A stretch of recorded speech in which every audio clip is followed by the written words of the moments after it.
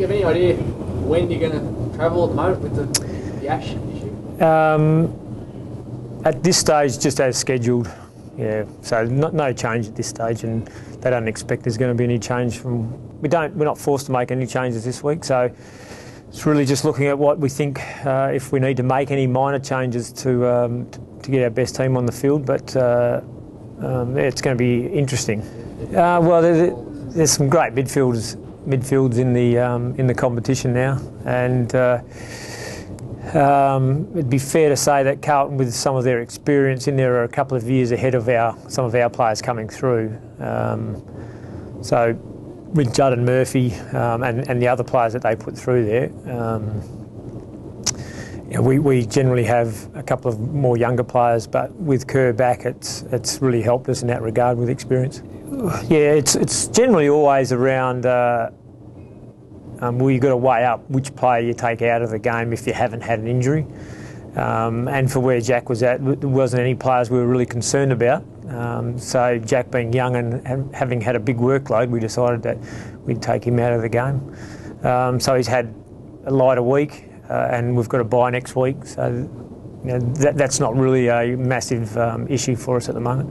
Do you believe in resting players, just because if they've had workload? Or? First year players, you're certainly conscious of their workload.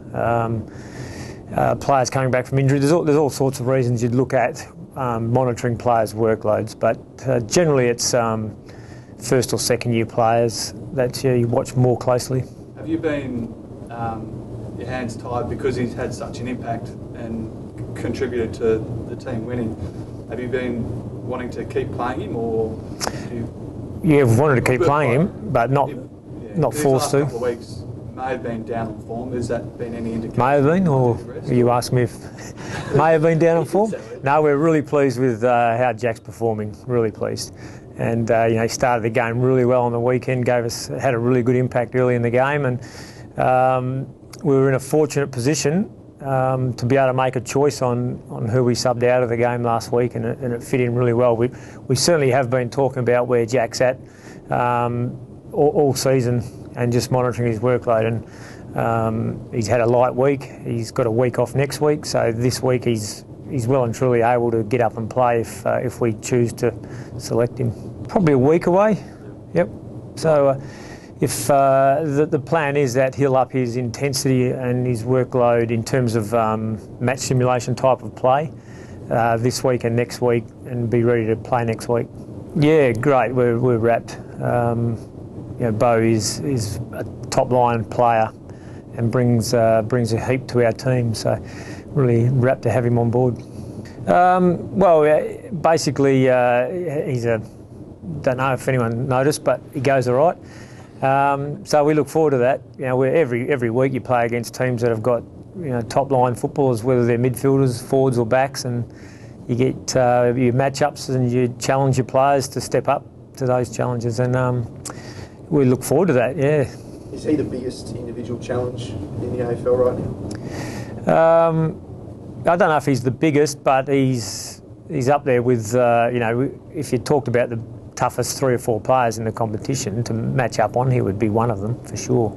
We've had a fair focus on that aspect of the game in the last 2 or 3 seasons. We put some stuff in place 2 seasons ago that was new for us, that we were learning about, and we think we're getting a lot better handle on reading the players in terms of workloads and all that sort of thing. So we'd like to think that it's paying off the research and the development we've put into that.